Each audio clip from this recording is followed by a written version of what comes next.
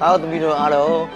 thì lá gồng, tao mari gồng, thì nhà gồng này biết rồi nè, xe rồi cho nhau lại biết được đấy, rồi alo, xe rồi cái đó chạy à?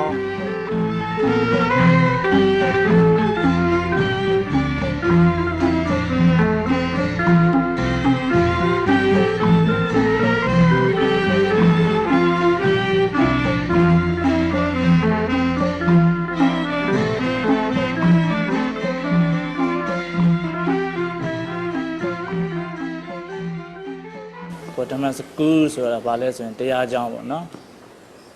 để ra giáo là để rồi, uzun là cao nào đều tìm biết mà là mà cao nào đều tìm biết mà là rồi, cao này lang của nhung bia mà là mà cao này lang nhung bia mà là rồi, cao này lang này cũng là tìm mẹ, cao này để ra đều là tìm mẹ rồi, ai bố của bà lẽ rồi rồi cô chân đây à đi, chân này biết trong đó gì bọn nó, chân này biết trong đó biết rồi xin nè, ai bố cô bảo bây giờ lưu cao, chết phụ đâu biết chết đó gì bọn nó, tại mà lưu cao ở bên chết thì bao giờ lấy rồi xin, chân đây à được khu đen này, bên nhà mà bà đấy được trả bảo bây giờ ai bố cô à, tôi bảo là vậy chú, tại nó biết là vậy chú, mình chú chỉ bảo cô mà sao vậy này, đã cho bảo lưu đấy, chân cao này bố cô đấy à bảo lưu đấy rồi xin, bên nhà lưu đấy, nó bên nhà bà lối xem bên nhà lấy tiền giá mà bộ bên nhà bà lối xem mang của quay trả tiền này nè, đó là mấy bên nhà đó đặt để nó cả chân đi ra, cô chân đi ra mà bảo cái này về, ai bố cô ha để nó phải đó mà tao biển mu, đó cho bên nhà đặt để bố cô ha về nó cả bà lối để xem, cô chân đi ra lối để nó, cô chân đi ra con này bố cô là bà lối để xem, bên nhà lối để, alo cô chân đi ra là con mi bên nhà lấy đặt bị sửa xem nè. Ai bố cô bảo phép đó mình nói cúp bà sen nè, cúp bà sen là bà nói account giống bố cô phép đó bị account giống tập video phép đó bị bọn nó, tập video account giống tập video phép ông bà lo mình nói trên đây à đi, con chú giải à mẹ, nào bây giờ bên nhà đi đã ông chú giải à mẹ, bạn cứ chú giải à mẹ lẽ, trên đây à lẽ con chú giải à mẹ, bên nhà lẽ đã ông chú giải à mẹ, ai lo trên đây à lẽ con mi bên nhà lẽ đã bị nói cao này bố cô đi vào bên lề phết làm ấy, ngay trong cao này bố cô đi phết làm, để video ha, trên đây là tí bọn nó, bên nhà của tao, chú giải ba lúc gì à, alo ngô, để video của sana bị vào đấy.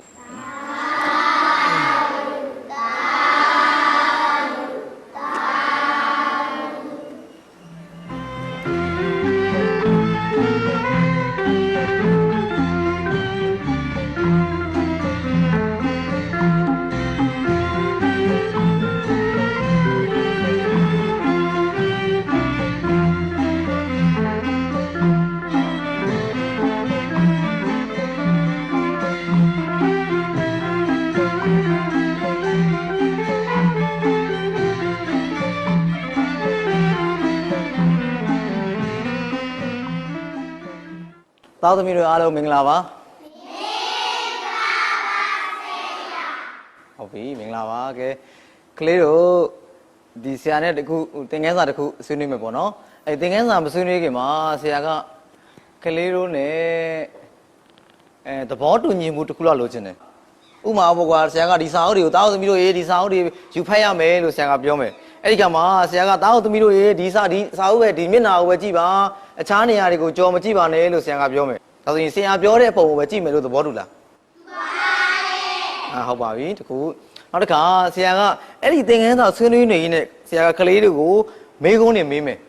ဟုတ်ပြီနော်အဲ့လိုမေးခွန်းမေးတဲ့အခါမှာရောကလေးတွေကဆရာကိုပြန်ဖြေပေးမလားဖြေပါမယ်ဟုတ်ပြီလိမ္မာလိုက်တာကဲဟုတ်ဒါဆိုရင်ကဲအားလုံးမရကြလိုက်ပါဦးဟုတ်ပြီမရရမယ်အခုဆရာကကလေးတို့ကိုနံပါတ်တွေရေးမယ်ဟုတ်ပြီနော်အဲ့လိုနံပါတ်ရေးတဲ့အခါမှာကလေးတို့ကကိုယ့်နံပါတ်ကိုမှတ်ထားရမယ်1 2 1 2တာ1တာဟုတ်ပြီတော်လိုက်တာ1 2ဟုတ်ပြီတော်လိုက်တာဒါဆိုလို့ရှိရင်တစ်တွေကလက်ထောင်လိုက်မယ်တစ်တွေနှစ်မပါဘူးနော်တစ်တွေကြီးပဲနော်ဟုတ်ပြီတစ်တွေကြီးပဲဆရာရှိကိုလာခဲ့ပါတစ်တွေကြီးပဲလာခဲ့မယ်ဆရာရှိကိုလာမယ်ဟုတ်ပြီလာနေပြီလားလာနေပြီဆရာကိုဝိုင်းထားလိုက်မယ်ဆရာဝိုင်းထားလိုက်မယ်လက်တွေအကုန်တွဲထားလိုက်ဒါဆိုလို့ရှိရင်နှစ်တွေလည်းသူတို့လိုပဲလက်တွဲထားရအောင်အဝိုင်းကြီးတွဲလိုက်မယ်နှစ်တွေကတဝိုင်းဟုတ်ပြီတော်လိုက်တာဟုတ်ပြီဗျာရပြီရပြီထိုင်လိုက်မယ်ထိုင်လိုက်ပါဟုတ်ပြီဗျာလိမ္မာလိုက်တာตาတို့အဖွဲကတစ်အဖွဲကဘယ်အဖွဲလဲဒါတစ်အဖွဲနှစ်အဖွဲကဘယ်အဖွဲလဲဟုတ်ပြီနှစ်အဖွဲတခြားတာပါအခုตาတို့သမီးတို့ကဘာလို့ရမလဲဆိုတော့အဖွဲထဲမှာကိုယ်အုပ်စုထဲမှာတငယ်ချင်း2ယောက်ရွေးရမယ်တစ်ဖွဲကို2ယောက်အဲ့2ယောက်ကဘယ်လို2ယောက်လဲဆိုတော့ကိုယ့်အဖွဲထဲမှာကြောင်လုံးမဲ့သူက1ယောက်ကျွတ်လုံးမဲ့သူက1ယောက်အချင်းချင်းကိုယ့်အဖွဲထဲမှာတိုင်ပင်ပြီးတော့တို့အဖွဲထဲမှာတော့ကြက်ကိုဘယ်သူလုံးရင်ကောင်းမလဲမသိဘူးကြောင်ကတော့ဘယ်သူဆိုရင်ပိုသိတော်မယ်ကိုယ့်တငယ်ချင်းအားလုံးတိုင်ပင်မှရွေးချယ်ရမယ်တဝူးတွေကသူကကြောင်လုံးသူကကျွတ်လို့မလုပ်ရဘူးနော်ဟုတ်ပြီတငယ်ချင်းချင်းတိုင်ပင်လိုက်မယ်ကြောင်လုံးမဲ့တငယ်ချင်း1ယောက်နဲ့ကျွတ်လုံးမဲ့တငယ်ချင်း1ယောက်အချင်းချင်းကိုယ့်အဖွဲထဲမှာတိုင်ပင်လိုက်ပါဆရာတိုင်ပင်ဖို့အတွက်အချိန်2မိနစ်ပေးမယ်ရပြီအစင်းသင်းဖြစ်တဲ့အဖွဲကလက်ခုပ်တီးလိုက်ဆရာကတဝူးတယောက်ကောင်းမလို့ချင်းဘူးသားတို့အဖွဲကလေသူတို့အဖွဲကပြီးသွားလက်ခုပ်တီးကသားတို့လက်ခုပ်တီးရလေပြီးလက်ခုပ်တီးရလေဟုတ်ပြီရပြီရပြီခါနေကိုကြောင်ကဘယ်လိုမှလဲကြောင်အားလုံးရဲ့သဘောတူမှုကဘယ်သူလဲသူဟုတ်ပြီကြွက်ကဘယ်သူလဲသူကြွက်ကဟုတ်ပြီနော်ဟုတ်ပြီကဲရပြီဒါဆိုရင်ကြောင်ကသမီးလေးကြွက်ကဘာတူလဲဟုတ်ပြီရပြီဒီဘက်အဖွဲမှာကကြောင်ကလည်းဘာတူလဲအားလုံးရဲ့ဆန္ဒနဲ့ကြွက်လုံးကဘာတူလဲဟုတ်ပြီဒါဆိုရင်တငယ်ချင်းအားပေးလိုက်ပါဦး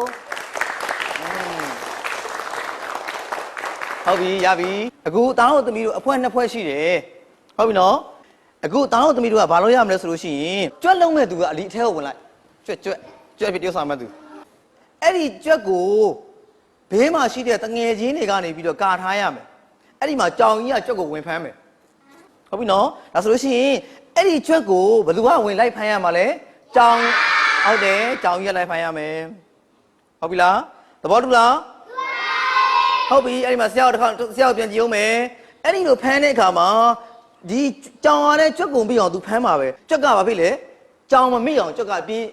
ရမယ်အထဲမှာပြေးနေရမယ်ဘာလို့လား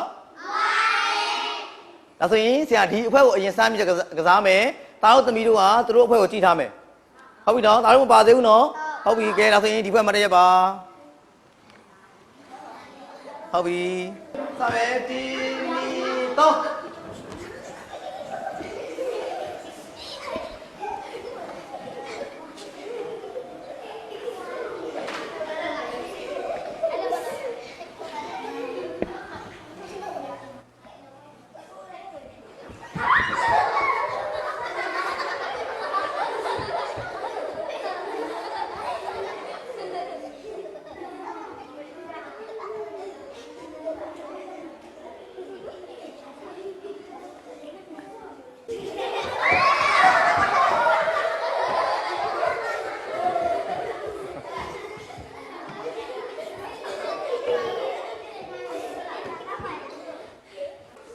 ကဲဟုတ်ပြီအချိန်ပြည့်သွားပါပြီဟုတ်ပြီကဲဒီဘက်ကိုအားပေးရအောင်ဟုတ်ပြီနောက်ဖွဲ့လာမယ်နော်ဟုတ်ပြီကဲတားသမီးတော့ဟိုနားလေးမထိုင်ရမယ်နော်နောက်တစ်ဖွဲ့လာမယ်ဟိုတားသမီးဟိုတိုင်ပေးနားလေးကိုထိုင်မယ်ကဲလာမယ်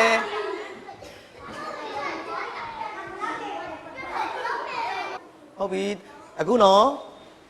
ကြွက်ကလေးကိုဘယ်သူကဖမ်းမှလဲကြောင်ကြီးကဖမ်းမယ်ဖမ်းတဲ့ခါမှာသမီးလေးကြွက်ကလေးကကြောင်ကြီးလောက်အောင်ပြေးရမနော်ကြောင်ကြီးကလည်းပြီးအောင်ဖမ်းပါပဲအဲ့ဒီခါမှာဆရာကခေါင်းလုံးလေးတီးလိုက်မယ်ဆောရချင်းကအဖွဲနှစ်ဖွဲရှိတော့ဆရာတစ်ဖွဲကို3မိနစ်ပဲကစားမှာဆိုတော့သူတို့က3မိနစ်ကစားပြီးသားပြီဒါသမီးတို့အလဲဟုတ်ပြီနော်ဒါဆိုလို့ရှိရင်ကဲစမယ်1 2 3စပါပြီ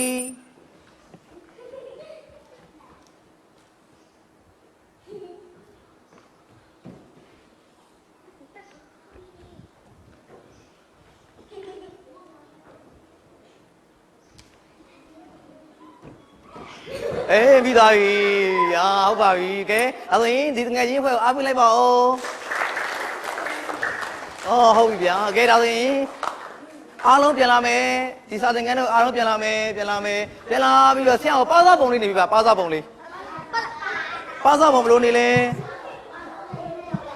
တငယ်ချင်းကိုလည်းနေရာပေးရမယ်နော်ဖြည်းဟုတ်ပြီဟုတ်ပြီကဲတောင်းသမီးတို့စောစောတော့ကတို့ကစားခဲ့တာဘယ်အဖွဲ့တွေကစားခဲ့တာလဲအဖွဲ့1ကဖွဲ့2ဟုတ်ပြီပထမဦးဆုံးစကစားတာဘယ်အဖွဲ့လဲအဖွဲ့ဟုတ်ပြီအဖွဲ့2ကစားတော့ကကြောင်ကြီးဟာကြွက်ကလေးကိုမိလားမမိဘူးနော်ခုဒါဆိုရင်အဖွဲ့1ကစားတော့ကကြောင်ကြီးဟာဘယ်သူ့ကိုမိသွားလဲဟုတ်ပြီဒါဆိုရင်တို့စဉ်းစားကြည့်မယ်ပထမဦးဆုံးမှာကြောင်ကြီးဟာကြွက်ကလေးကိုဘာကြောင့်မပြီးတာလဲအဖြေမပြောသေးဘူးစဉ်းစားထားမယ်စဉ်းစားမနော်ပထမဦးဆုံးစကစားတော့ကကြောင်ကတော့ကြွက်ကိုလိုက်ဖမ်းတာပဲဟုတ်တယ်နော်လိုက်ဖမ်းတယ်ဒါပေမဲ့လိုက်ဖမ်းတဲ့အခါမှာကြောင်ကကြွက်ကိုမိအောင်မဖမ်းနိုင်ဘူးဒါဆိုရင်ဘာဖြစ်လို့မိအောင်မဖမ်းနိုင်တာလဲဆိုတာမျိုးကိုစဉ်းစားထားမယ်တရားအောင်ရေးစဉ်းစားထားမယ်မပြောသေးဘူးဖြေရပြီလား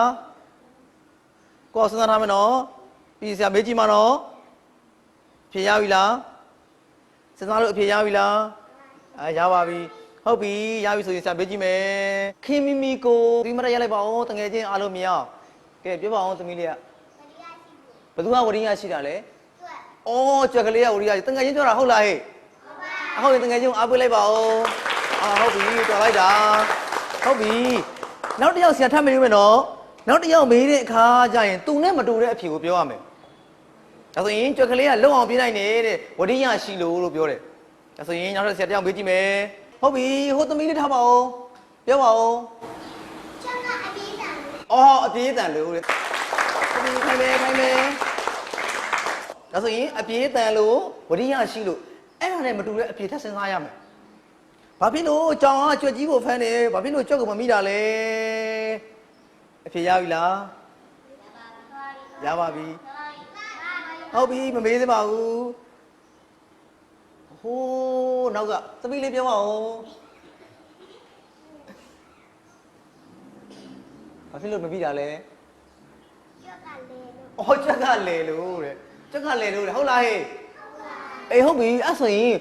ဘာဖြစ်လို့ကြွက်ကလဲတယ်ဆိုတာဘာကိုပြောတာလဲကြောင်ကအထဲကိုဝင်ရင်ကြွက်ကအပြင်ထွက်သွားကြောင်ကအထဲကိုဝင်ရင်ကြွက်ကအပြင်ကိုထွက်သွားဒါကိုဘယ်လိုပြောလဲကြွက်က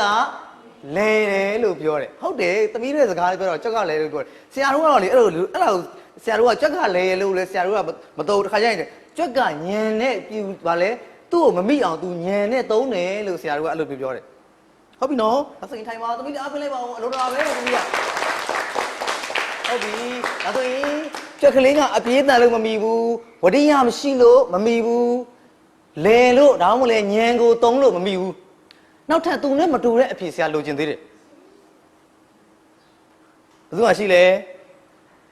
ပထမပြောသွားတဲ့အဖြေနဲ့မတူအောင်ဝရိယရှိလို့အပြေးတန်လို့လဲလို့တားရှိတယ်အဲ့ဒါပြောအောင်ညံကောင်းလို့တော်လိုက်တာတကယ်အားပေးလိုက်ပါဦးဘာဖြစ်လို့ဟုတ်တယ်ကြွက်ကညံကောင်းလို့ပေါ့အလုံးမှန်တာပဲအလုံးတော်တာပဲသားလေးကဟုတ်ပြီဒါဆိုရင်ပထမတစ်ခါမှာဝရိယရှိလို့အပြေးတန်လို့လဲလို့သားကဘာပြောလဲညံကောင်းလို့တော်တယ်ဟုတ်ပြီဒါဆိုရင်ပထမတစ်ခုကြပြီဒုတိယကစားကြီးကိုကြည့်မယ်ဒုတိယအဖွဲ့ကစားလိုက်တဲ့အခါမှာကြောင်ကြီးကကြွက်ကိုမိလားမမိဘူးလားမိပါပါတယ်ဒါဆိုရင်ဘာဖြစ်လို့မိသွားတာလဲမပြောသေးဘူး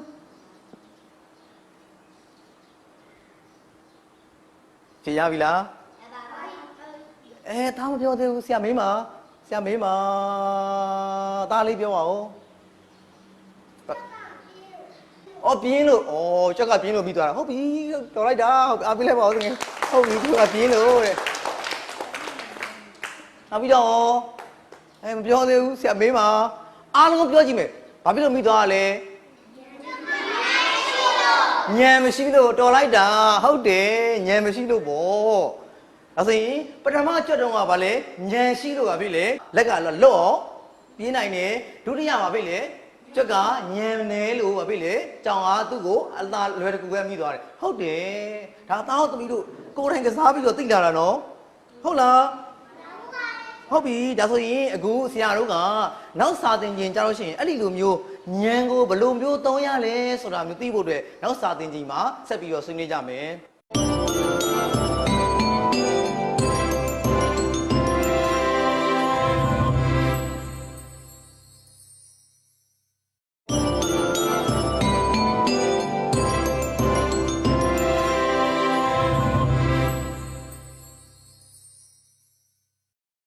အားလုံးဆရာကိုခဏကြည့်ပါဦးမယ်ဒီကဘယ်တန်းလို့ရေးထားတာလဲအောက်မှာဘာရေးထားတာလဲဘယ်သူတွေကန်ရမှာလဲသားတို့တပီတို့ကန်ရမယ်စာဟုတ်တယ်နော်ဒါဆိုလို့ရှိရင်ဒုတိယတိုင်းရေသင်ခန်းစာ24ကိုဖွင့်လိုက်ပါဟုတ်ပြီစာအုပ်လန်တဲ့ခါလဲအတန်မပြရဘူးဖြစ်နိုင်ရတယ်24ကိုဖွင့်လိုက်မယ်24ကိုဖွင့်လိုက်မယ်သင်ငန်းစာဘယ်လောက်လဲ24ဟုတ်ပြီအားလုံးတွေ့လား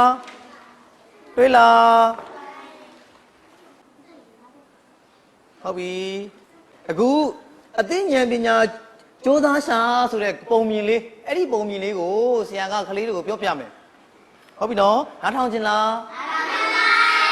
ဟုတ်ပြီနားထောင်ခြင်းတော့ဗောဒါဆိုလို့ရှိရင်အခုဆရာကလေးတို့နဲ့ပထမဦးဆုံးသဘောတူထားတယ်လေဆရာကြည့်ဆိုတဲ့ပုံကိုကြည့်ဖို့ဆရာပြောမထားဘူးလား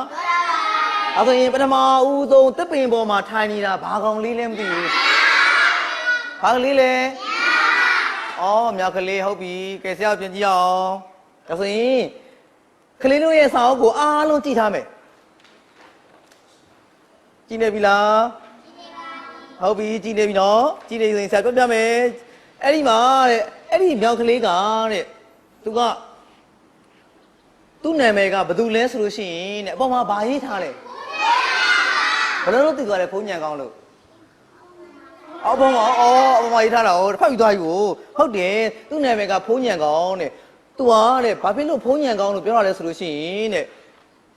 အလုံးညံကောင်းလို့ပေါ့ဟုတ်တယ်နော်ဒါဆိုရင်သူ့လက်ထဲမှာဘာတွေခြင်ထားတာတွေ့လဲဟုတ်တယ်တဲ့တခါတုန်းကတဲ့ဖုံးညံကောင်းလို့ဆိုတဲ့မြောက်ကလေးတစ်ကောင်ရှိတယ်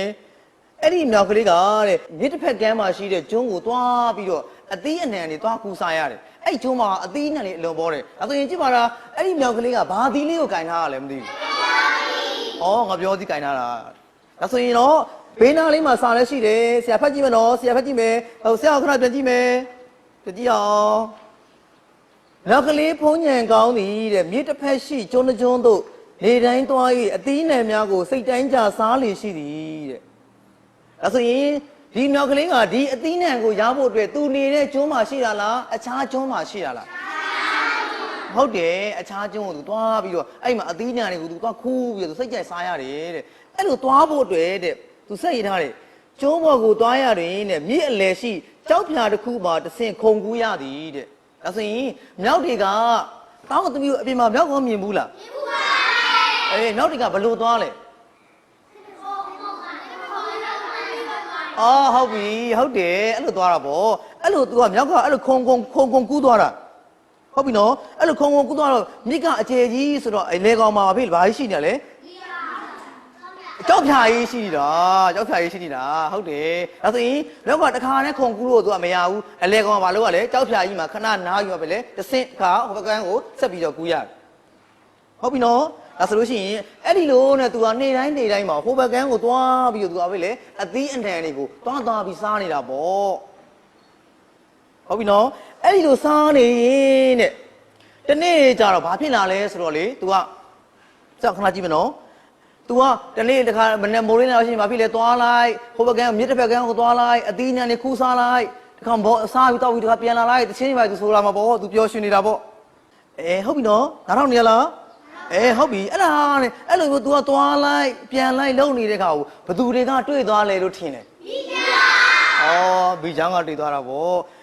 အဲ့ဒါရှိသေးတယ်တိလားဘလို့တွေ့သွားလဲဆိုလို့ရှိရင်တဲ့အဲ့ဒါနဲ့သူကသွားလိုက်ပြန်လိုက်စဉ်းစားကြည့်ပေါ့အသီးအနှံတွေကြီးပဲစားနေတော့မြောက်တဲ့အသားကြီးကဘလို့ဖြစ်နေမလဲစိုးပြေးပြီးတော့ဘာဖြစ်နေရလဲဘာဖြစ်နေပါလဲဝင်းဝါနေတာပေါ့အဲ့ဒါဒီနေ့ကျတော့အဲ့လိုသွားရင်းလာရင်းနဲ့အဲ့ဒီဘီချောင်းရဲ့အလဲကောင်မှာဘာတွေရှိမယ်လို့ထင်လဲဟုတ်တယ်ခလေးတို့ထင်သလိုပဲမိချောင်းတွေရှိတယ်အဲ့ဒီမိချောင်းမှာရှိတာမိချောင်းကတကောင်နဲ့တာမဟုတ်ဘူးဗျာနှစ်ကောင်နေတယ်နှစ်ကောင်ဆိုတော့ဘယ်လိုနှစ်ကောင်ဖြစ်မလဲအမတကောင်ပေါ့အမတကောင်အထီးတကောင်ပေါ့မိချောင်းဇနီးမောင်နှံပေါ့ဟုတ်တယ်နော်ဟုတ်ပြီတော့ဆရာပြန်ကြည့်ဦးမယ်အဲ့လိုနဲ့မိချောင်းဇနီးမောင်နှံနှစ်ကောင်ကအဲ့ဒီမြစ်ထဲမှာနေပြီးတော့မြောက်ကသွားလိုက်ဟာတခါပြန်ကူသွားလိုက်ဟာပြန်လာလိုက်ပေါ့အဲ့ဒါနဲ့ तू ကနေအဲ့ဒီဘီချောင်းအမကတနေ့ကျတော့တခါ तू အပြိုထွက်ကြည့်လိုက်တာကြီးကိုမြောက်သွားတွေ့ဟာဒီမြောက်နှလုံးသားကိုတော့စားရရင်ကောင်းပါပဲဘသူကစားချင်တာလဲဘီချောင်းအမလားအထီးလားဘီချောင်းအမကြီးကမြောက်နှလုံးသားစားလိုက်ရရင်တော့ဘီချောင်းဘုရားမှာနေပြောပါပြီကွာဆိုပြပြီလေဘီချောင်းကမြောက်နှလုံးသားကိုစားချင်တယ်ဒါဆိုရင်အဲ့လို तू စားချင်တဲ့ခါကျတော့ तू ကဘသူ့ကိုပြောမလဲတော့ကြဘာလို့လဲဘီချောင်းဘောဘီချောင်းလေးပြပါပေါ့အဲ့နဲ့ तू ကခလေးကိုထင်သလိုပဲအဲ့ဒါ तू ကညဘက်ကြားလိုက်ကြတော့ဗာလဲအိမ်လဲရောက်ကိုအရှင်ကျုပ်လေးကျုပ်ဘီချောင်းဒီခလေးကိုဗာလဲမြောက်နှလုံးကိုစားချင်လိုက်တာမင်းရလဲကွာမဖြစ်နိုင်တာ तू တခါပြောလိုက်ပြန်သူ့ရဲ့အမျိုးခလေးကဘီချောင်းထီးကလက်မခံအဲ့ဒါ तू တမိုင်မှန်နေတာပေါ့နောက်ဆုံးကျတော့ဘလို့မှမလွဲတာတဲ့အဆုံးလဲကြဘာလို့လဲကဲဟုတ်ပြီမင်းဒီလောက်စားကြည့်နေမှာတော့မြောက်ကိုရအောင်တော့ဖမ်းပေးမယ်ဆိုပြီးသူကပြောတာဘယ်လိုဂရီပေးတာလဲမိချောင်းကြီးဟုတ်တယ်မိချောင်းဖိုကြီးကဘယ်သူ့ကိုလဲမိချောင်းမကြီးကိုဂရီပေးလိုက်တာပေါ့အဲ့ဒါနဲ့ပဲဒီမှာကြည့်ပါဦးတနေ့တွင်တဲ့မိချောင်းတကောင်တည်းတဲ့မိချောင်းတကောင်ဆိုတာဘယ်ကလာတဲ့မိချောင်းတကောင်လဲရေရဲကစစကဘယ်မိချောင်းဖြစ်မလဲဘောအဲ့ဒီမိချောင်းထီးပေါ့မိချောင်းတော့ဆိုရင်တနေ့တွင်တဲ့မိချောင်းတကောင်တည်းတဲ့ဖုံးညံကောင်းကိုဖမ်းရင်တဲ့ကြောက်ဖြာပေါ်တွင်ဝိ၍စောင့်နေသည်တဲ့အဲ့ဆိုရင်ဖမ်းဖို့စောင့်နေတာမိချောင်းထီးလားမိချောင်းအမကြီးလားစောင့်နေတာပေါ့ကဲအဲ့ဒါနဲ့ပဲ तू ကဖုံးညံကောင်းအလာကိုမိချောင်းထီးကဘာမှလဲကြောက်ဖြာပေါ်မှာဝေးပြီးတော့စောင့်နေတယ်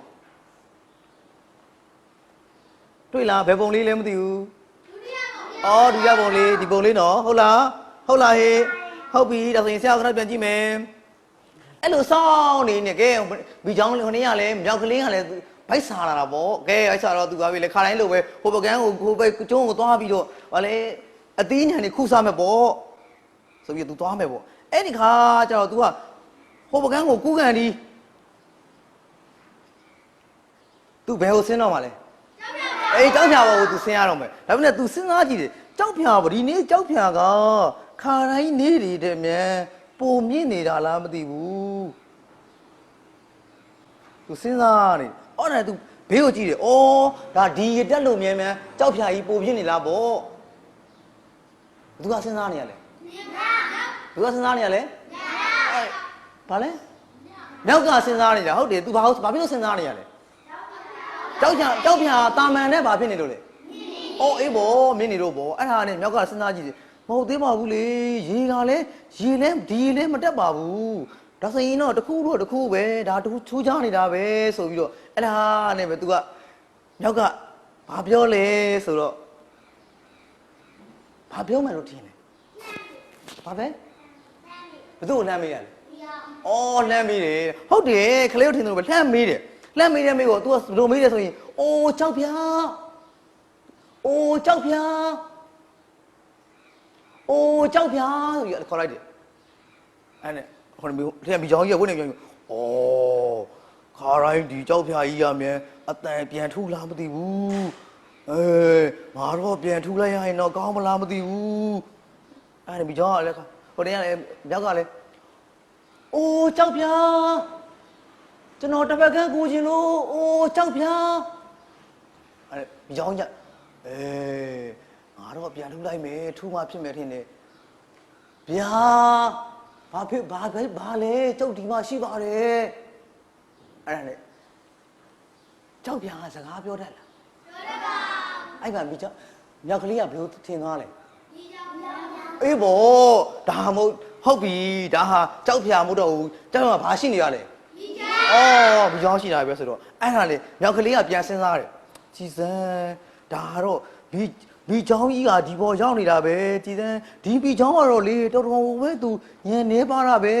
သူ့တော့ငါဘလို့လေပညာပေးရရင်ကောင်းမလဲပေါ့ဆိုပြီးတော့မြောက်ကစဉ်းစားတယ်အဲ့နဲ့သူကအတင်ဘာတူလဲသူကမေးရလဲမြောက်ကဟုတ်တယ်မြောက်ကဘလို့မေးရလဲဘီချောင်းကိုမေးရအတင်အခုကြောက်ဖြာပေါ်မှာရောက်နေတာဘာတူလဲကျုပ်ဘီချောင်းပါဘာလို့ဖို့အတင်ဒီမှာရောက်နေတာလဲကျုပ်ခမားကိုဖမ်းဖို့ဒီနေရာမှာရောက်နေတာပေါ့သူကပြောရလဲအဲ့လိုပြောကျုပ်ခမားကိုဖမ်းဖို့ဒီမှာရောက်နေတာဒါဆိုရင်ဟုတ်ပါပြီခမားကျုပ်ကိုဖမ်းခြင်းနဲ့ပေါ့ဘာဖြစ်လို့ဖမ်းခြင်းတာလဲခမားရဲ့အသားကိုစားခြင်းလို့သူကပြောရလဲအဲ့ဒါမိချောင်းကပြောတယ်ဒါဆိုရင်အဲ့ဒီမှာဖုံးညံကောင်းလေးကဘာဆက်ပြောတယ်ဒီမှာရေးထားတယ်ဇာဖတ်ပြမယ်နော်ထိုအခါတဲ့ဖုံးညံကောင်းကအိုမိချောင်းတင့်ပစက်ကိုဟာထားပါငါကိုယ်တိုင်တင့်ပစက်ထဲကိုဝင်လာပါမယ်အဲ့ဘယ်သူကပြောတာလဲမြောက်ကပြောတာဘယ်လိုပြောတာလဲအိုမိချောင်းတင့်ပစက်ကိုဟာထားပါငါကိုယ်တိုင်တင့်ပစက်ထဲကိုဝင်လာပါမယ်ဝင်လာပါမယ်လို့ဘာလဲပြောတာလဲပရိယေဖြင့်ပြောသည်တဲ့ဒါဆိုရင်တောင်းသမီးတို့ကပရိယေဆိုတာသိလားပရိယေဆိုတာဘာလဲပရိယေ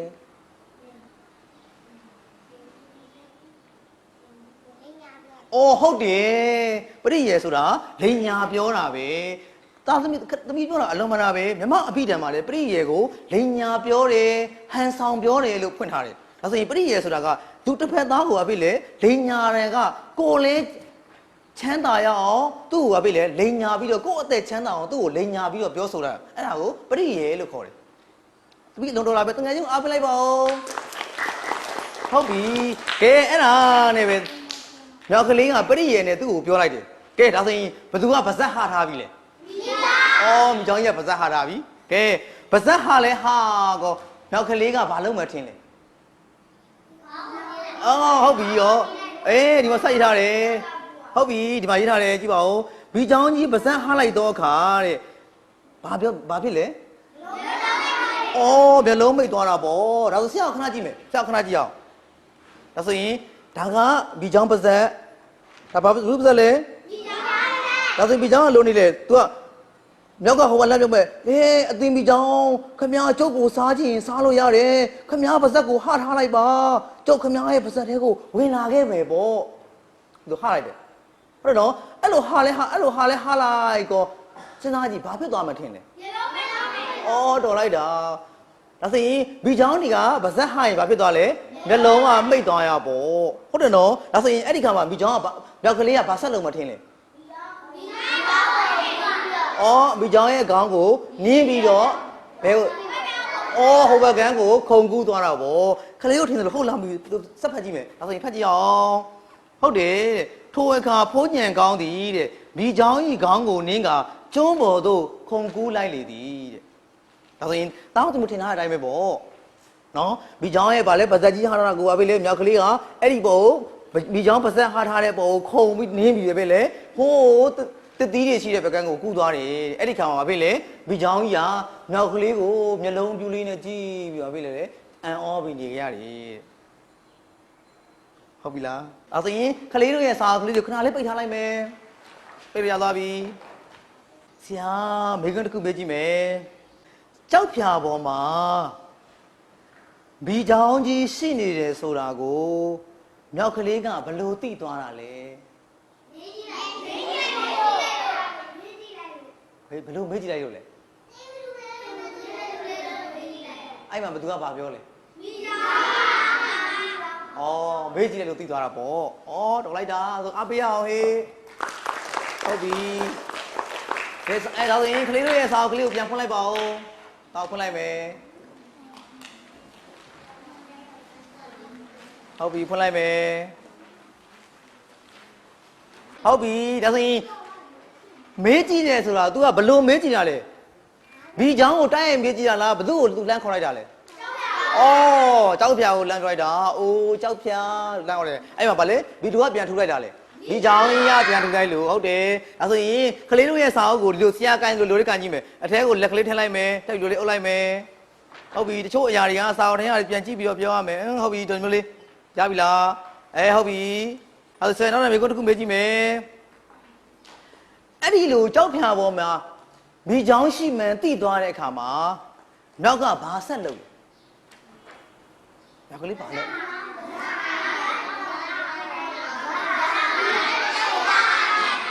ဟုတ်ပြီအားလုံးကဝိုင်းပြောတော့ဆရာမကြားရတော့ဘူးအဲ့ဒါအဖြေကိုစဉ်းစားထားမယ်ဆရာမေးချင်တဲ့သူတယောက်ကိုမေးလိုက်မယ်လက်မထောင်ပါဘူးလက်မထောင်သေးပါဘူးဆရာမပြောရသေးတဲ့သူတယောက်ကိုမေးကြည့်မယ်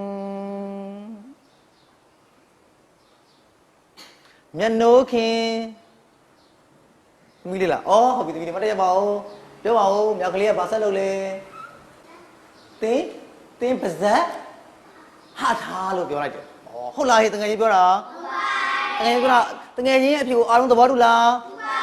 တူပါတငယ်ချင်းကိုအားပေးလိုက်ပါဦးဟုတ်ပါပြီဟုတ်ပြီအဲ့မှာ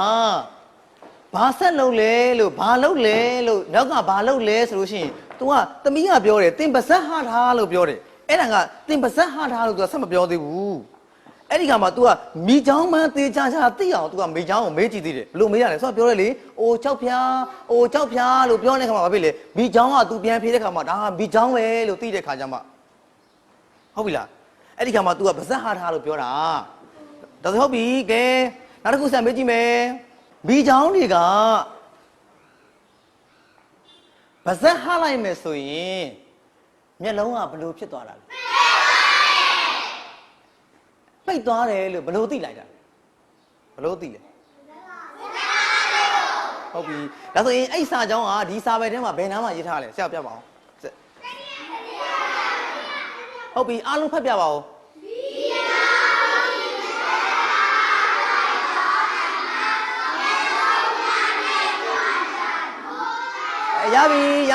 ရပြီဒါဆိုရင်ဟုတ်တယ်မိချောင်းကြီးပါဇက်ဟားလိုက်တဲ့အခါမှာဘာဖြစ်လဲမျက်လုံးတွေပိတ်သွားတယ်တော်လိုက်တာဟုတ်တကယ်ချင်းအားပေးလိုက်ပါဦး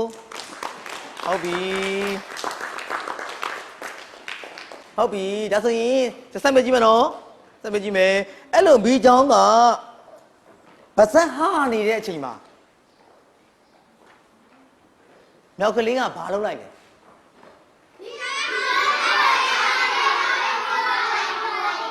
ဟုတ်ပြီအဲ့လိုမပြောတော့ဘူးဆရာတွေကမေးကြည့်မယ်တရားကိုမေးကြည့်မယ်တားလေးမတရပါဘူးမိချောင်းပါဇက်ဟားတဲ့အချိန်မှာမြောက်ကလေးကဘာလုပ်လဲ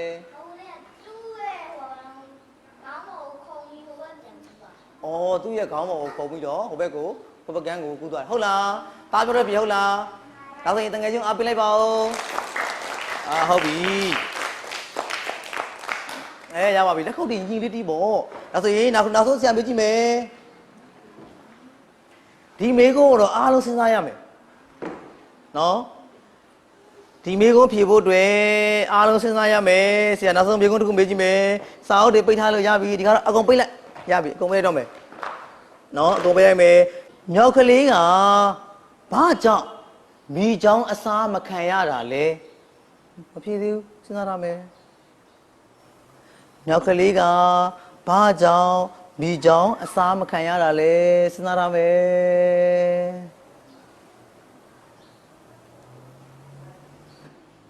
ဖြေရပြီလားတားလေးမတည့်ရပါဘူး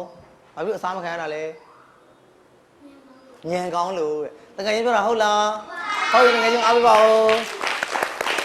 ဟုတ်ပြီညံကောင်းလို့တဲ့အခြားတငယ်ချင်းတွေကသူနဲ့မတူတဲ့အဖြေရောရှိလားရှိပါတယ်ရှိတယ်ပေါ်တာအောင် ဟုတ်ပြီပြောပါဦးဘာဖြစ်လို့လဲဆရာကိုကြည့်ပြောမယ်ကူလိုက်မိချောင်းရဲ့ကူလိုက်လို့မစားမခံရတာဒါသမီးထင်တာဟုတ်သူထင်တာဟုတ်လားဟဲ့ဟုတ်လားဟုတ်တကယ်ချင်းအားပေးလိုက်အောင်လေဟုတ်ပြီအဲ့ဒီတယောက်ကတငယ်ချင်းတယောက်ကပြောတယ်ညံကောင်းလို့တယောက်ကပါဇက်ကိုဟာထားတာကိုခုံပြီးတော့ကူလိုက်လို့ဒါဆိုရင်ဒီဇလန်းလေးမှာဆိုလို့ရှိရင်မြောက်ကလေးကအသက်ဘေးကချမ်းသာရသွားတာဘာကြောင့်ရသွားတာလဲညံကောင်းလို့ပေါ့သူ့ရဲ့ဘာဖြစ်လဲညံကိုသူဟာသုံးပြီးတော့လှုပ်တဲ့အတွက်ဘာဖြစ်လဲသူဒီအသက်ဘေးကနေကင်းလွတ်သွားရတယ်ဟုတ်လားဒါဆိုရင်ဟုတ်ပြီဆရာတို့လည်းနောက်တစ်ချိန်မှာဒါဒီသင်ခန်းစာကိုဆက်ပြီးတော့ဆွေးနွေးကြမယ်အခုတော့ခဏ9မိနစ်လောက်ခဏနားကြမယ်နော်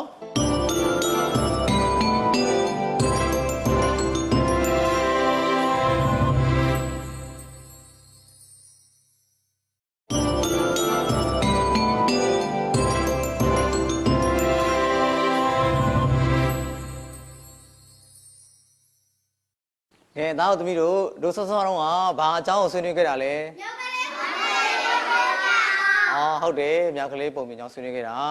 မြောက်ကလေးကမိချောင်းကြီးရဲ့ရန်ကလွတ်အောင်သူကဘာလို့လုပ်ပြီးလွတ်သွားတာလဲညံသုံးလိုက်လို့ဩဘာလဲညံသုံးဩဟုတ်တာဗောညံသုံးလိုက်တာဗောဒါဆိုလို့ရှိရင်အခုဆရာကအဲ့ဒီမိချောင်းကြီးပုံမြင်ထဲကဆိုရင်အဲ့ဒီပုံမြင်ထဲမှာဆိုရင်ရှင်မိချောင်းကြီးရဲ့နောက်ကဘယ်သူရှိသေးလဲမြောက်ကလေးရဲ့ပေါ့ကလေးတော့အဲ့ဒီပုံလေးဆွဲကျင်လားဆွဲကျင်လားဆွဲကျင်တာပေါ့ဒါဆိုဟုတ်ပြီဆွဲရမယ်ဆိုရင်တို့အဲ့ဒီမိချောင်းကြီးနဲ့မြောက်ကလေးပုံကိုဆွဲရအောင်ပုံဆွဲတဲ့ခါမှာပဲကိုကပဲဒီရောင်စုံခဲတန်းတွေကိုအကုန်ယူထားပြီးတော့မဆွဲရဘူးတငယ်ချင်းကိုလည်းပေးရမယ်မျက်မျက်တတနဲ့ဘာဖြစ်လဲသူနဲ့ကိုနဲ့အပေးအိမ်မျက်မျက်တတနဲ့ဆွဲရမယ်လို့သဘောတူလားအဲ့ဆိုရင်အခုဘာလုပ်ရမလဲဆိုတော့ဆရာစီမှာဒီလိုမျိုးပုံဆွဲတဲ့စာရွက်တွေရှိတယ်အဲ့ဒါတွေကိုဆရာကတဝိုင်းကိုတစ်ခုပေးမယ်ပေးတဲ့ခါမှာတဝိုင်းမှာတငယ်ချင်းဘယ်နှယောက်ရှိလဲဟုတ်ပြီဒါဆိုရင်အဖွဲ့တစ်ကဘယ်အုပ်စုလဲဒါကိုအုပ်စုတစ်လို့ခေါ်မှာဒါအုပ်စုတစ်ဒါအုပ်စုဘယ်လောက်လဲအုပ်စုဘယ်လောက်လဲတော်လိုက်တာဟုတ်ပြီကဲလိမ္မာတဲ့ကလေးတွေကိုဆရာကတစ်ဖွဲ့စီကိုစာရွက်တစ်ရက်စီပေးမယ်ပေးတဲ့ခါမှာတယောက်တစ်ရက်စီရမှာနော်အတင်းလူမယူပါဘူးနော်ဟုတ်ပြီဆရာကအလဲကောင်ချပေးယူမယ်တယောက်တစ်ရက်စီပဲယူမယ်အကုန်လူစည်းရှိတယ်ယူပါတကူကောင်းမဆန်ရဘူးနော်ငါကြီးပဲငါပဲပြီးအောင်လုပ်မယ်သူ့မပေးဘူးလို့တကူကောင်းမဆန်ရဘူးနော်တငယ်ချင်းနဲ့မျက်မျက်တတချင်မယ်သဘောတူခဲ့နော်အဲ့ဒါဆရာကမေ့သွားပြီလားကိုပြန်မေ့ကြည့်တာမေ့ပါဘူးနော်တာပြီဟုတ်ပြီချက်ကြည့်မယ်ကဲချေပါချေဖို့အတွက်အချိန်9မိနစ်ပေးမယ်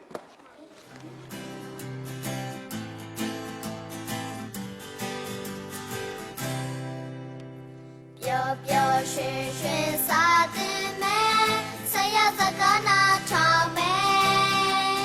ပြောင်းပြကနှုတ်ဆက်မယ်မင်္ဂလာနေ့ပါကွယ်ပျော်ရွှင်ရွှင်စားတင်မယ်တငယ်ချင်းတွေနဲ့ချစ်ခင်ပွဲတင်းတဲ့ချင်းဆိုကားကြမယ်မင်္ဂလာနေ့ပါကွယ်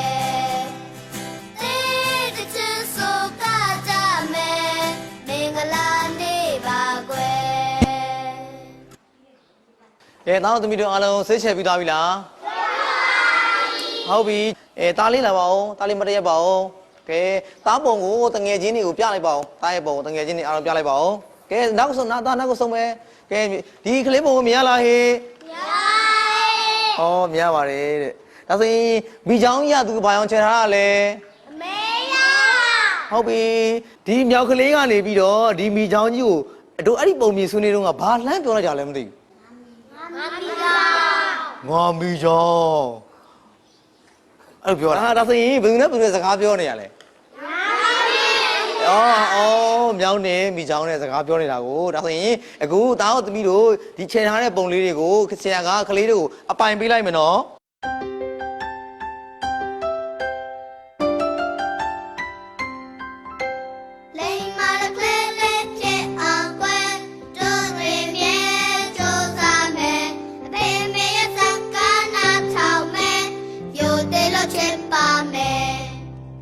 Name my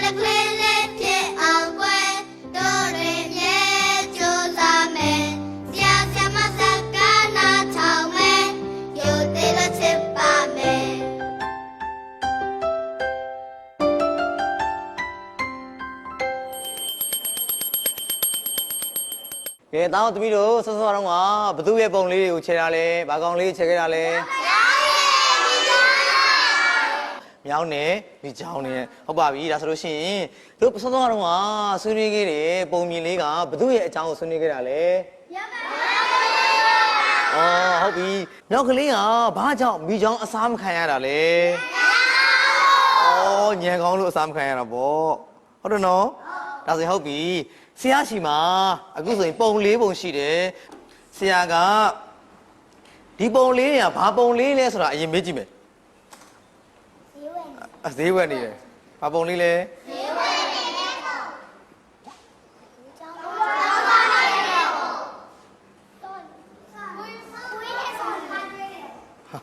ဟုတ်ပြီဘာပုံလေးလဲဟုတ်ပြီဒီလိုကြည့်တယ်ဗျာဒီလိုကြည့်တယ်ဒီလိုကြည့်လို့မရဘူးဒါကဒီလိုကြည့်တယ်ဒီလိုကြည့်ပေါ့တော်တော်ကြည့်ပေါ့ဟုတ်ပြီဒီပုံလေးရောဘာလဲလမ်းသွားနေတဲ့ပုံဟုတ်ပြီဒါဆိုလို့ရှိရင်ဘာပုံလဲဆိုတာဆရာပြောပြမယ်နော်ဟုတ်ပြီအခုအုပ်စု1ကဘယ်သူလဲအုပ်စု1အုပ်စု1ဟုတ်ပြီဒါဆိုရင်ဆရာကအုပ်စု1ကိုဒီပုံလေးပေးမယ်ကလေးတို့ကဒီပုံကိုဘာပုံလို့ထင်တာလဲဟုတ်ပြီဒါဆိုရင်ကဲသားတို့ဖွဲ့ပေးထားမယ်လမ်းသွားနေတဲ့ပုံဟုတ်လားကို့အဖွဲထဲမှာကိုစဉ်းစားကြည့်မယ်လမ်းသွားနေနေ तू ဘာတွေ့နေတာလဲစဉ်းစားကြည့်မယ်စဉ်းစားထားမယ်နော်အုပ်စုနေဟုတ်ပြီဒီပုံလာကြီးပါဒီကလေးကလမ်းလျှောက်နေနေ तू ဘာကိုတွေ့နေရလဲစဉ်းစားထားမယ်နော်အုပ်စု3ဟုတ်ပြီသူတို့ကလမ်းလျှောက်နေနေနဲ့ဘာတွေ့ရလဲဆိုတာစဉ်းစားကြည့်မယ်ဒါဓာတ်တိုင်ကြီးဒါကျိုးဟုတ်ပြီအုပ်စု4ဘာပုံတွေ့ရလဲဈေးဝယ်နေတာဒါသူ့ဘယ်သူလဲအမေဒါ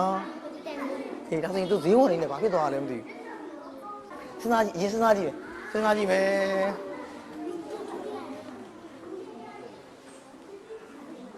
တီဗီဆိုတဲ့ဘွယ်လက်ခုပ်တီးလိုက်ဟုတ်အကုန်တီးတယ်ဟုတ်ပြီ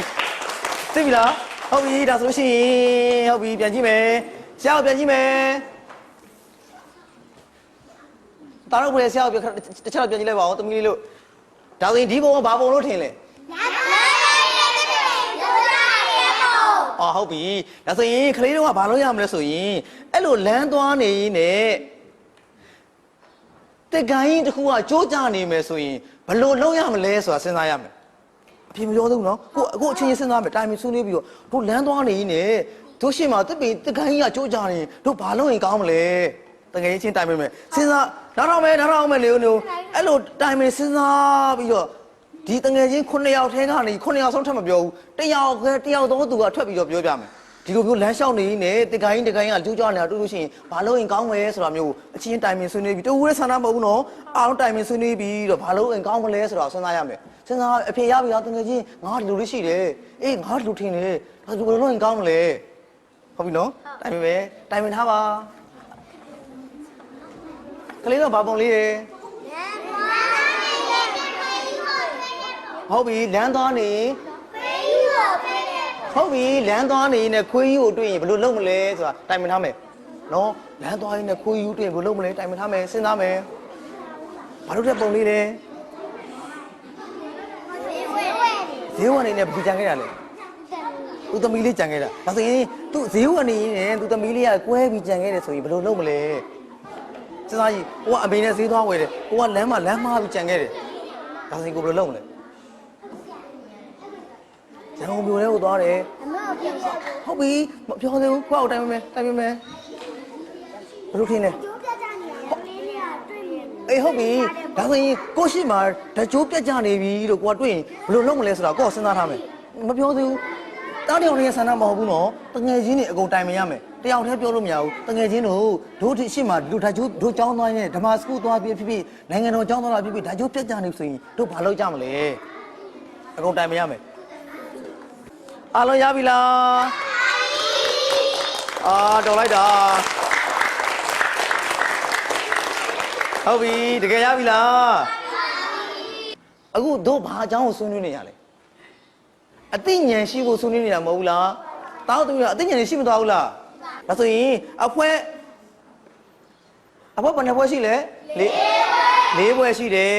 အဖွဲလေးဘွဲရှိတော့ဆရာကမဲလစ်ကလေးလေးထိုင်နော်ဟုတ်ပြီနော်အရင်ကြားတဲ့ဘွဲကအရင်ပြောရမယ်အော်ဟုတ်ပြီကဲကလေးတို့ရဲ့အဖွဲထဲမှာတိုင်တိုင်မင်မင်စစ်စစ်လုံးလုံးနဲ့ကို့အဖွဲရဲ့ကိုယ်စလဲတယောက်စီယူလိုက်ဟုတ်ပြီကို့အဖွဲထဲမှာငါဆိုပြီးတော့တယောက်တည်းနဲ့မလာဘူးမရဘူးအခြားတငယ်ချင်းတွေမကြည့်အခြားတငယ်ချင်းတွေနဲ့ပါဝင်ပြီးတော့ဘသူဖြစ်တဲ့နေဆိုတာမျိုးအားလုံးတိုင်ပင်ရမယ်နှစ်ယောက်ဖြစ်နေတယ်ဆိုရင်အဲ့ဒီအဖွဲကိုဆရာလက်မခံသေးဘူးတယောက်ပဲလာရမယ်တစ်ဖွဲ့ကိုတယောက်ပဲလာရမယ်လာပြီလားလာပြီတရားလားဟုတ်ပြီ၄ယောက်ပဲရှိမယ်ဟုတ်ပြီတားဘယ်အဖွဲရဲ့ကိုစားပြုလဲတားဟုတ်ပြီ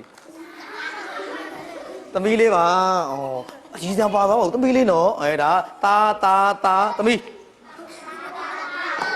ဟုတ်ပြီကဲနိုင်မယ်နိုင်ပါတရားတစ်ခုယူမယ်ယူပါနှစ်ခုဖြစ်သွားပြီနှစ်ခုပူသွားပြီလားတာလေးတဲ့တာတစ်သမီးရသမီးအောက်ကြသွားတော့ဟိုသမီးကဘယ်လောက်လဲတော့ဟုတ်ပြီဒါဆိုရင်တစ်ကမလဲဘယ်ဘွဲတစ်ပဲဖွဲ့လဲတစ်ပြီးတော့ဘယ်ဘွဲတင်ပြရမှာလဲနှစ်ပြီးတော့ဘယ်ဘွဲလဲတော့သုံးပြီးတော့တားတော့လေးရပြီတော့အောင်းတော်လို့သွားပြီနော်ဟုတ်ပြီကိုနေပါကဲရပြီကဲတော့ဆရာပြန်ကြည့်မယ်ဆရာကြည့်မယ်ဟေ့ကဲဟုတ်ပြီနံပါတ်1ပထမဦးဆုံးစပြောဖွဲ့ဘယ်ဖွဲ့လဲကဲသူပြောပါဦးဘာလုံးမှလဲသမီးတို့ကအားလုံးကြည့်မယ်ဒီပုံလေးကဘလို့ပုံလေးထင်တာလဲဟေ့သမီးတို့ကဘလို့ပုံလဲလူလေးလမ်းလျှောက်နေတယ်အခုပဲကြည့်ပြောမယ်ဗါလေလမ်းလျှောက်နေနေတကိုင်းပြုတ်ကြနေတယ်ပေါ့ဒါဆိုရင်အဲ့လိုလမ်းလျှောက်နေနေတိတ်ကိုင်းပြုတ်ကြနေတယ်ဆိုရင်သမီးတို့အဖွဲကဘလို့လုံးမယ်လို့သမီးတို့တိုင်ပင်ဆွေးနွေးခဲ့လေဖယ်ပေးမယ်ဖယ်ပေးမယ်တဲ့ဟုတ်လားဟုတ်တယ်သူကပြောတယ်တဲ့လမ်းလျှောက်နေနေတိတ်ကိုင်းကြီးကြိုးကြတွေ့ဘာလို့မှလဲဖယ်ပေးမယ်တငယ်ချင်းတို့ကသဘောတူလားသူတို့ပြောတော့သဘောတူလားသူလို့ရှင်အားပေးလိုက်ပါဦးဟုတ်ပြီကဲသမီးလေးကျေးဇူးတင်ပါတယ်ကျွန်တော်ရပါပြီနောက်တစ်ဖွဲ့ဘယ်ဖွဲ့လာမှာလဲโอเคလာပါတယောက်လာမယ်ဟုတ်ပြီနောက်တော့မယ်ဘာလို့နေလဲပုံလေးလဲဘာလို့လဲပုံထင်တာကလေးမြောက်တွေ့မြင်ရတယ်ပေါ့ဟုတ်ပြီဒါဆိုရင်ခသားတို့ကလမ်းကြောင်းသွားရင်းနဲ့အဲ့လိုလမ်းမကြီးလေဘေးမှာလမ်းဘေးမှာဓာတ်ကြိုးပြတ်ကြနေပြီဆိုရင်ခလေးတို့ဘယ်လိုလုပ်မယ်လို့တိုင်ပင်ခဲ့လဲ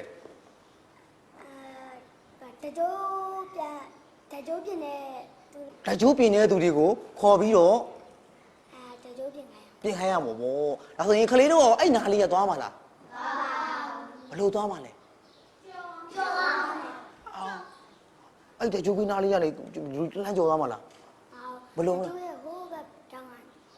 ဓာတ်ကြိုးနဲ့အနီးရသွားမှာလားအဝေးရက်ကိုသွားမှာဟုတ်ပြီဘာဖြစ်လို့အဝေးရသွားရတာလဲ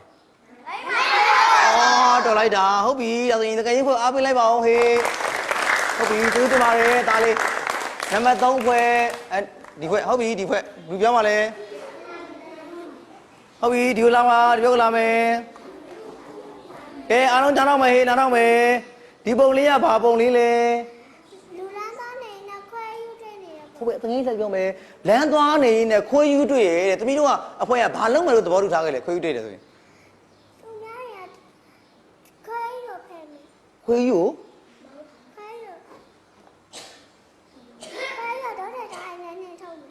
တို့ဒါနေထုံးမယ်တဲ့ဒါတို့အဲ့လိုနေထုံးပါလားဒါဆိုရင်ခလေးတို့မှာရောအခြားဘာအဖြစ်ရှိသေးလဲရှောင်သွားမယ်ပြီးတော့လူကြီးတွေကိုပြောမယ်ပြီးတော့ဒုံးနေရိုက်မယ်ဘလို့တော့မင်းနေသူကကိုယ်လည်းမောင်းထုတ်မယ်ဟုတ်ပြီကောင်းလိုက်တာပေါ့ဟုတ်ပြီနော်သမီးနော်ဟုတ်ပါပြီဒါဆိုရင်သမီးတို့ကအားပေးလိုက်ပါအောင်ဟေးဟုတ်ပြီနောက်ဆုံးတစ်ဖွဲ့ကြံပါတယ်ဘယ်ဖွဲ့လဲလာပါပြီနောက်ထောင်မယ်ကဲဘာပုံလေးလဲသမီးတို့ဖွဲ့ပြရလဲ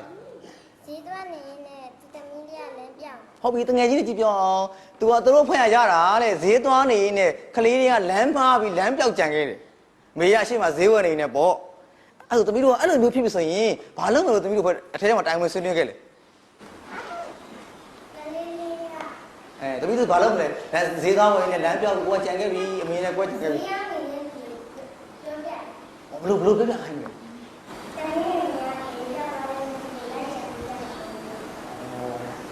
သမီးမေရောဘယ်ပြောက်သွားမှမသိလို့လိုက်ရှာပေးကြပါဦးသူတို့ခွင့်ရပြောတယ်တဲ့သမီးမေဘယ်ပြောက်သွားမှမသိလိုက်ရှာပေးကြပါဦးပြောမယ်ခလေးတော့မှာဟောသူတို့နဲ့မတူတဲ့အဖြစ်ပါရှိလေဘယ်လိုလုပ်ရင်ကောင်းလဲ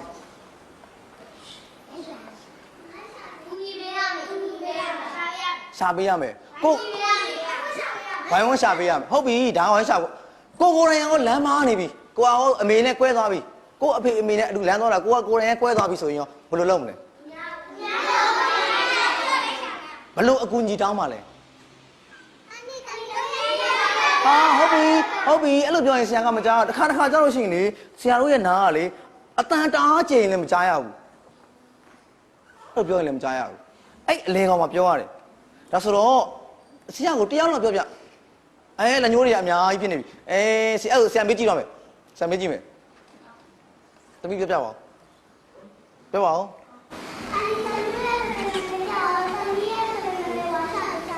ဟုတ်ပြီ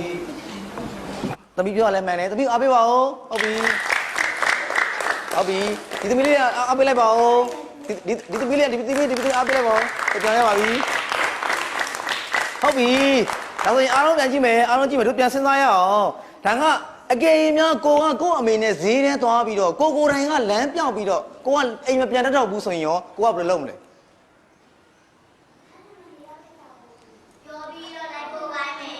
ဘယ်သူကနေရလိမ့်စားလဲဟုတ်ပြီအဲ့ဒါတောင်းသမီးတို့မှတ်ထားရမယ်နော်တောင်းသမီးတို့ရဲ့နေရလိမ့်စားကိုပြောပြီးတော့ဘလို့လဲဘယ်သူပုတ်ခိုင်းပါလဲအန်တီဦးလေးဘာကြီးဘယ်သူ့ကိုပုတ်ခိုင်းလို့ရသေးလဲ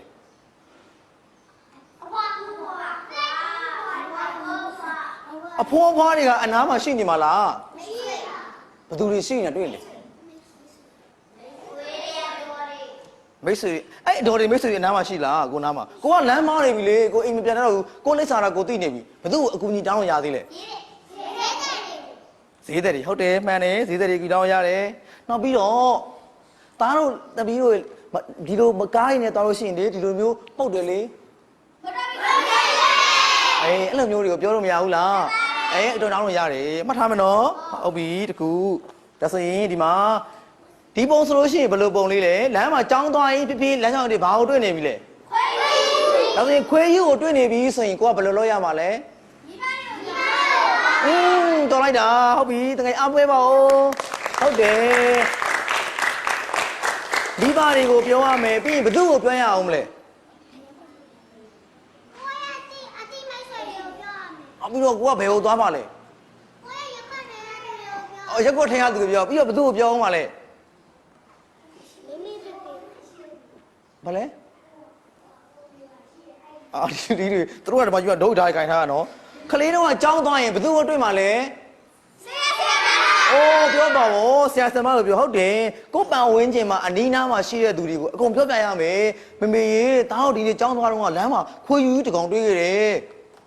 နော်အဲ့ဒီခါမှာကိုယ့်ရဲ့မေဖေဖေတွေရက်ကွက်ထဲမှာရှိတဲ့သူတွေကဘာဖြစ်လဲဒီခွေးယူအန်တွေကစုပေါင်းပြီးတော့ကိုယ့်ကိုကာကွယ်ပေးမှာပေါ့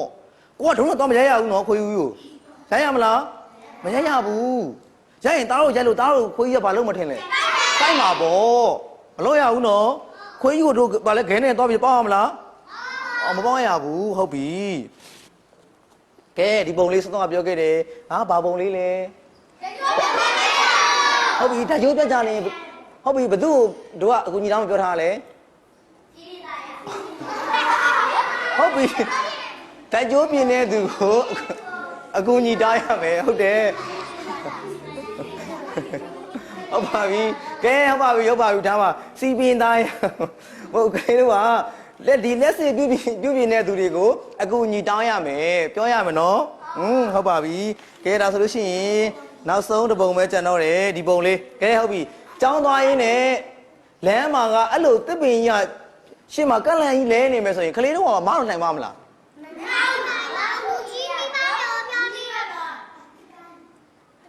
တကိုင်းပေါ့တကယ်မှတကိုင်းအကြီးကြီးဖြစ်နေမယ်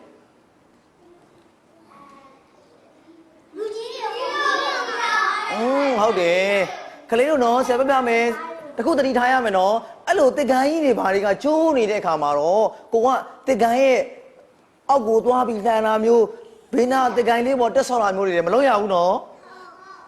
အဲ့ဒီလိုတစ်ကန်ကကျိုးကြနေတယ်ဆိုရင်သူ့မှာအောက်မှာမဖြစ်လေပိုးကောင်လေးတွေပါလေရှိတတ်တယ်ဟုတ်ပြီနော်အဲ့လားကလေးတို့အဲ့ဒါကိုလည်းကလေးတို့တတိထားရမယ်ဆိုတော့ကလေးပြောသလိုဟုတ်တယ်တစ်ကန်ကြီးကိုတော့သွားမရမယ်ဒါပေမဲ့မနိုင်မနှင်းဝင်ကြီးကိုသွားမလို့မရဘူးစဉ်းစားကြည့်ရမယ်အဲ့မှာဘာသုံးရတော့မှလဲညံသုံးရတော့မှာပေါ့ညံသုံးရပြီကိုမနိုင်နာကြီးကိုသွားမှာဖြစ်ပါမလားဖြစ်တော့ဘူးဒါကြောင့်မလို့ဆရာကကလေးတွေကိုပြောချင်တာညံကဘယ်နေရာတွေမှာညံသုံးရတာလဲ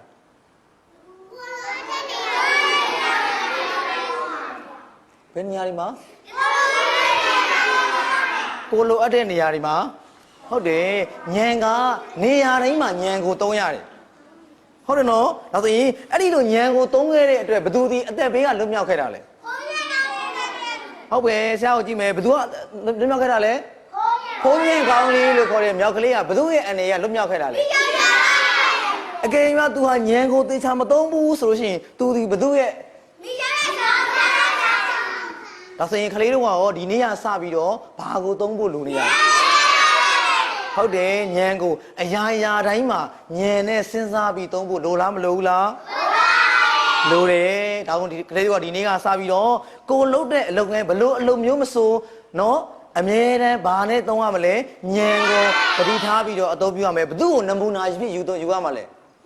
ဖုံးညံကောင်းလေးလို့နမူနာယူရမှာပေါ့ဟုတ်ပြီနော်ဒါဆိုလို့ရှိရင်တော့ဒီနေ့ကစပြီးကလေးတို့ကဖုံးညံကောင်းလေးလို့ပဲညံကိုအသုံးပြုနိုင်တဲ့ကလေးတွေဖြစ်ပါစေလို့ဆရာကဆုပေးပါတယ်